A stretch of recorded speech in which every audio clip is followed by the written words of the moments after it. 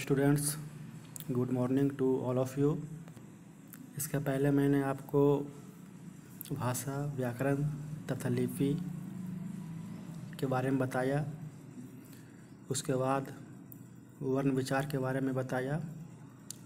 इन सभी को आपने पढ़ा, जाना, अभ्यास भी किया, क्वेश्चन आंसर भी आपने बनाया, आपने उन सभी को याद भी किया। उसके बाद मैं फिर आपके सामने शब्द विचार भाग 1 लेकर आया हूँ, जिसमें आपको शब्द के बारे में पढ़ना है। शब्द क्या है, शब्द कैसे बनते हैं, शब्द की परिभाषा क्या है, शब्द के कितने भेद हैं, यही सब आपको पढ़ना है। जैसे कि आप पढ़े थे वर्ण विचार, तो वर्ण विचार में आपको जितने भी सारे वर्ण हैं इन सभी के बारे में पढ़ना था। आपने सभी वर्णों के बारे में जाना। उसी तरह ये शब्द विचार है, इसमें आपको शब्द के बारे में जानना है। हमें शब्द पर विचार करना है कि शब्द कैसे बनते हैं, शब्द क्या होते हैं, शब्द किसे कहते हैं, शब्द के कितने भेद हैं, शब्द का उपयोग कहाँ कहाँ होता है। तो हमें शब्द के बारे में पढ़ना है। इसलिए इस चैप्टर का नाम है शब्द विचार, जो कि भाग 1 है। तो सबसे पहले हम जानेंगे कि शब्द किसे कहते हैं, शब्द की परिभाषा क्या है। तो शब्द की परिभाषा है, वर्णों के मेल से बने हुए स्वतंत्र एवं सार्थक ध्वनि समूह को शब्द कहते हैं। फिर से पढ़ते हैं, वर्णों के मेल से बने हुए स्वतंत्र एवं सार्थक ध्वनि समूह को शब्द कहते हैं। अब देखिए, परिभाषा पर गौर कीजिएगा आप। हालांकि इसे आप याद कर सकते हैं, लेकिन समझने के लिए आप परिभाषा पर गौर कीजिए कि यहाँ पे दर्शा रहा है वर्णों के मेल से। तो आप तो जानते हैं कि वर्ण किसे कहते हैं, वर्ण कौन होते हैं, वर्ण कितने हैं। तो यहाँ लिखा हुआ है वर्णों के मेल से बने हुए स्वतंत्र एवं सार्थक ध्वनि समूह। इसका मतलब ये हुआ कि शब्द का जो निर्माण होता है वो वर्णों के मेल से होता है। कहने का मतलब यह हुआ कि हम जब तक 2 या 2 से अधिक वर्ण का मेल नहीं करेंगे तब तक शब्द का निर्माण नहीं होगा। जैसे में देखिए, मकान में देखिए माँ एक वर्ण है, का एक वर्ण है, ना भी एक वर्ण है। ये तीनों वर्ण मिलकर जब एक साथ हुए हैं और सबको मिलाकर करते उच्चारण मकान, तो यह शब्द कहलाता है। कबूतर, का एक वर्ण है, बू एक वर्ण है, ता एक वर्ण है, रा एक वर्ण है। ये चारों वर्ण मिलकर शब्द बने हैं कबूतर। और ये चारों वर्णों को हम एक साथ ध्वनि समूह में लाते हैं, और चारों वर्णों के साथ जब ध्वनि समूह को हम लाते हैं तो ये शब्द कहलाता है। उसी तरह भारत, गाय, पहाड़ इत्यादि। तो यहाँ पर हम देख सकते हैं कि वर्णों के मेल से शब्द का निर्माण होता है।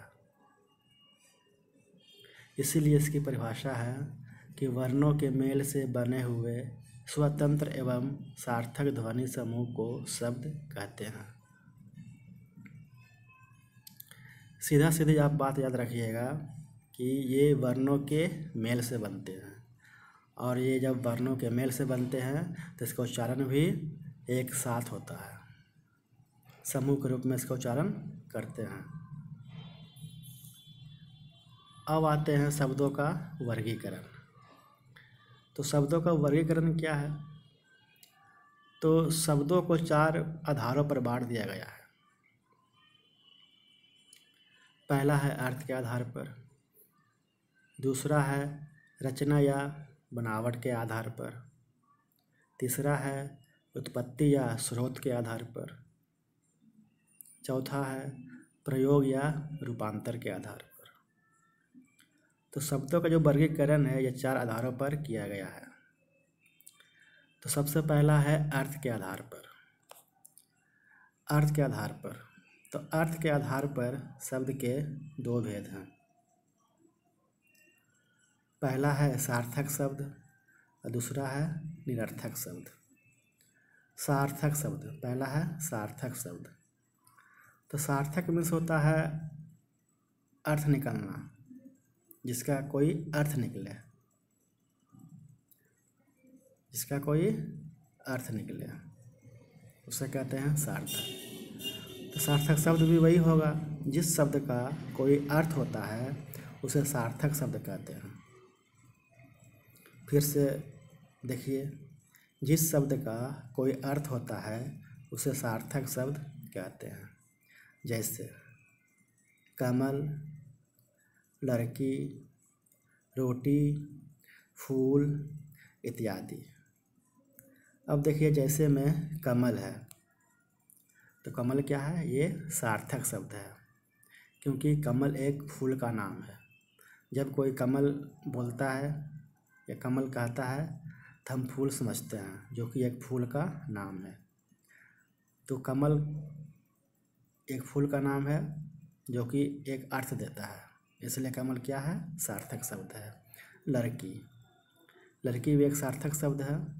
रोटी, रोटी भी एक सार्थक शब्द है जो कि आटे से बनती है, जिसे हम खाते हैं, उसका नाम है रोटी। तो रोटी एक सार्थक शब्द है जिसका कोई अर्थ होता है। फूल, फूल एक सार्थक शब्द है जिसका अर्थ होता है। इसीलिए कहा गया है कि जिस शब्द का कोई अर्थ होता है उसे सार्थक शब्द कहते हैं। दूसरा है निरर्थक शब्द। निरर्थक का मतलब होता है जिसका कोई अर्थ ना हो। निरर्थक, जिसका कोई अर्थ ना हो। तो जिन शब्दों का कोई अर्थ नहीं होता है उन्हें निरर्थक शब्द कहते हैं। एकदम सार्थक का ऑपोजिट, एकदम सार्थक का ऑपोजिट। सार्थक में देखा आपने देखा कि अर्थ होता है, लेकिन निरर्थक में कोई अर्थ नहीं होता है। तो जिन शब्दों का कोई अर्थ नहीं होता है उन्हें निरर्थक शब्द कहते हैं। जैसे लकम। अब देखिए यहाँ पर जैसे में लकम। तो कमल, कमल क्या है? सार्थक शब्द है, क्योंकि कमल एक फूल का नाम है जिसका कोई अर्थ होता है। लेकिन वही हम जब लिखेंगे इससे हम उल्टा कर देंगे, इन वर्णों को हम उल्टा कर देंगे और वर्णों को उल्टा करके हम लकम लिखें तो लकम का अर्थ कुछ नहीं होता है। लकम किसी भी चीज़ का नाम नहीं है। लकम हिंदी भाषा का कोई शब्द नहीं है। लकम का कोई अर्थ नहीं है। जैसे कि आप ही समझिए, आपके सामने हम बोलते हैं कमल तो आप समझते हैं कि यह फूल है, लेकिन आपके सामने बोलेंगे लकम तो क्या आप समझ पाइएगा? नहीं, क्योंकि लकम का कोई अर्थ नहीं है। तो हम कह सकते हैं कि लकम क्या है? निरर्थक शब्द है। यहाँ पर एक चीज़ और गौर कीजिएगा कि ये भी वर्णों के मेल से बने हैं, ये भी वर्णों के मेल से बने हैं, लेकिन इसका कोई अर्थ नहीं है। तो वर्णों के मेल से बने हैं लेकिन इसका कोई अर्थ नहीं है, इसलिए हम इसे कह सकते हैं ये क्या है? निरर्थक शब्द है। उसी प्रकार कीलर। अब देखिए, लड़की का अर्थ होता है लेकिन कीलर का कोई अर्थ नहीं होता है।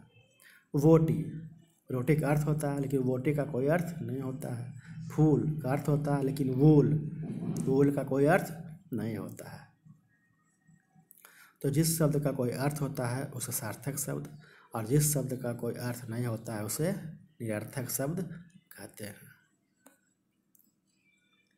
तो ये आपको हुआ अर्थ के आधार पर। दूसरा है रचना या बनावट के आधार पर। तो रचना या बनावट के आधार पर शब्द के 3 भेद हैं। पहला है रूढ़ शब्द, दूसरा है यौगिक शब्द और तीसरा है योग रूढ़ शब्द।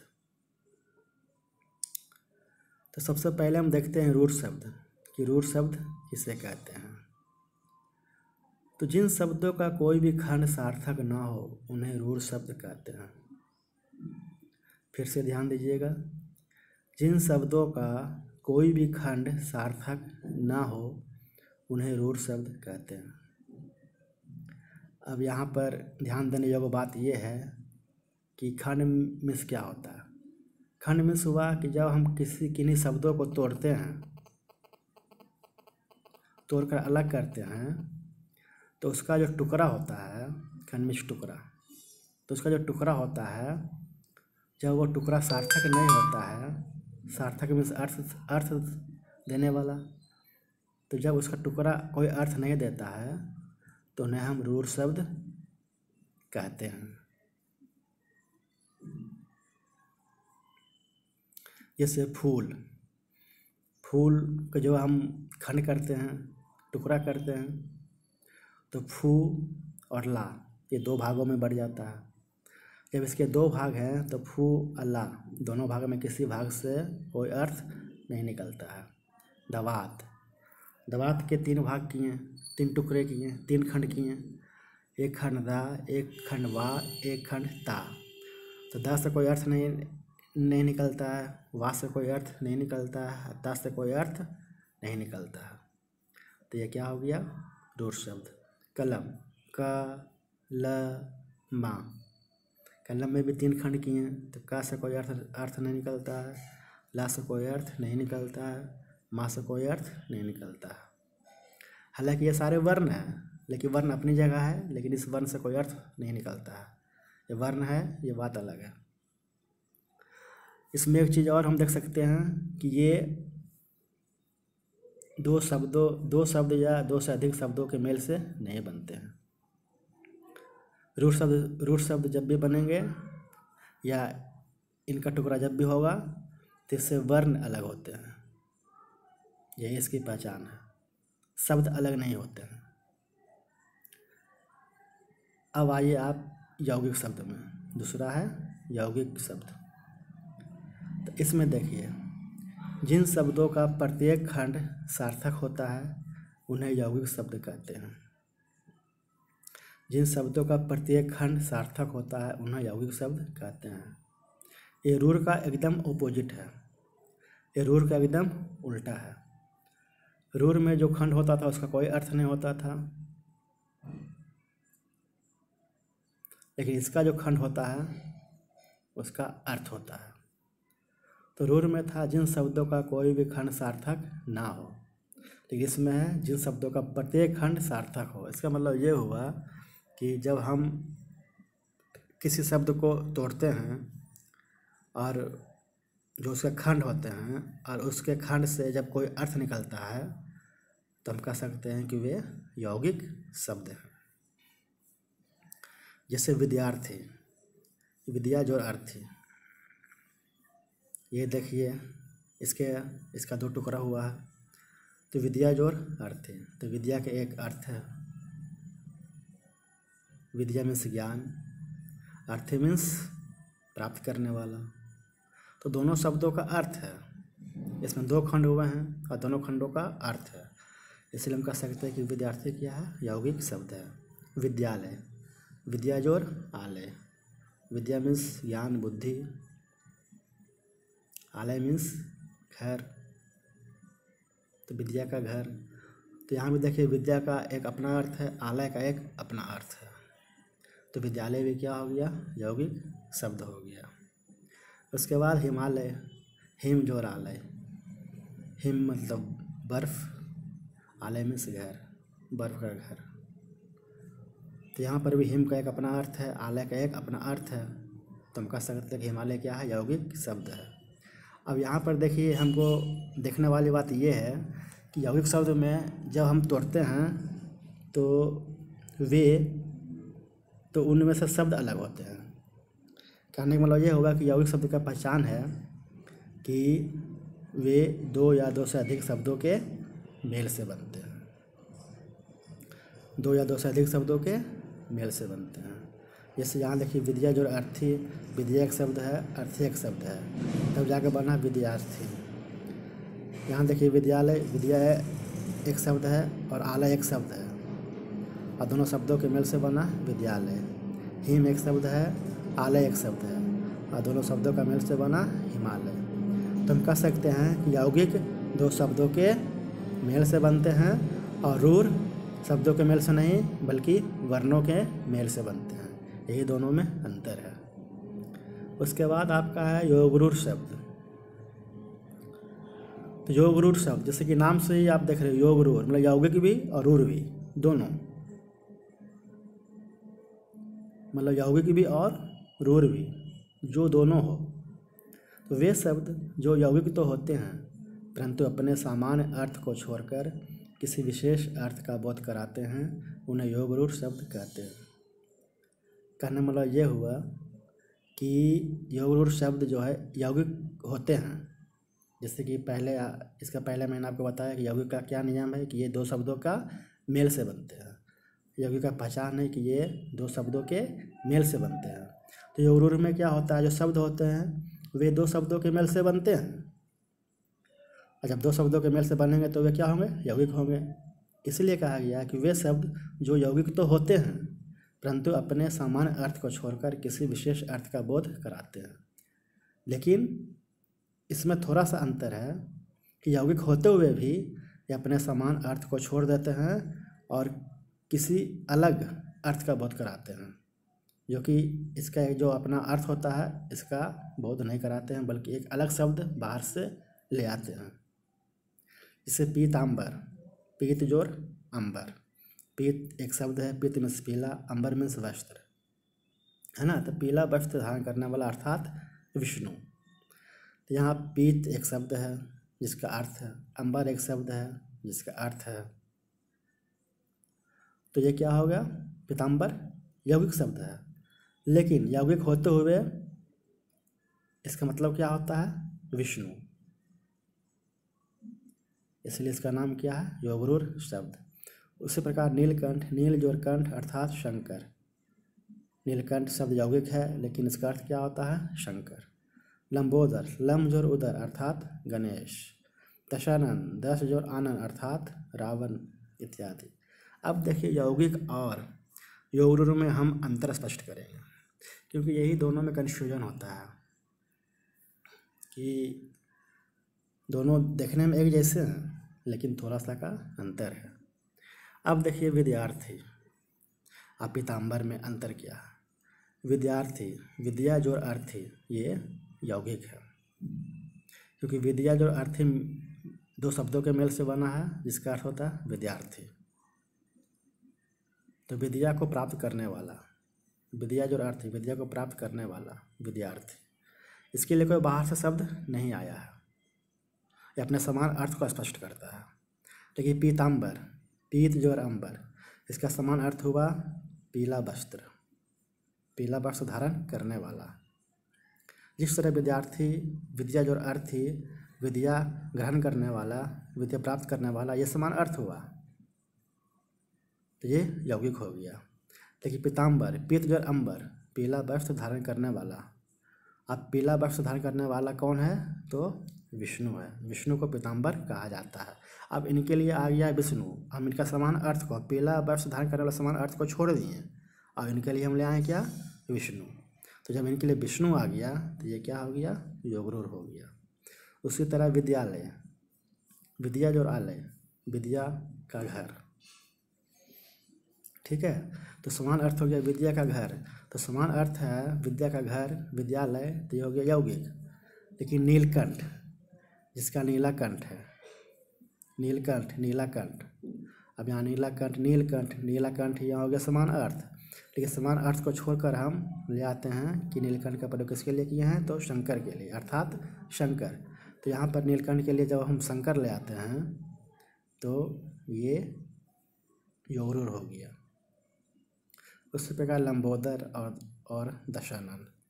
तो यौगिक और योगरूढ़ में सिर्फ यही अंतर है कि यौगिक अपने समान अर्थ को स्पष्ट करता है और योगरूढ़ अपने समान अर्थ को स्पष्ट नहीं करके किसी बाहरी शब्द को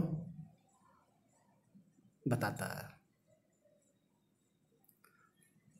तो आज आपका शब्द विचार यहीं तक समाप्त हुआ। इसका अगला भाग 2 फिर लेकर आएंगे। तब तक के लिए आप इसे फेयर कर लेंगे, अच्छी तरह याद कर लेंगे, अच्छी तरह समझ लेंगे। और बहुत सारे ऐसे स्टूडेंट्स हैं जो कि अभी तक पूरा फेयर नहीं किए हैं और वर्ग विचार का जो पिछला चैप्टर जो अभ्यास था अभी तक हमें बनाकर नहीं दिखाए हैं। इसीलिए आप लोग से मैं कहना चाहता हूं कि जो भी आप लोग को काम मिले, या तो फेयर करने का हो, या तो याद करने का हो, या तो फिर अभ्यास बनाने का हो, उस पर ध्यान दें, इसे अति आवश्यक समझें। धन्यवाद।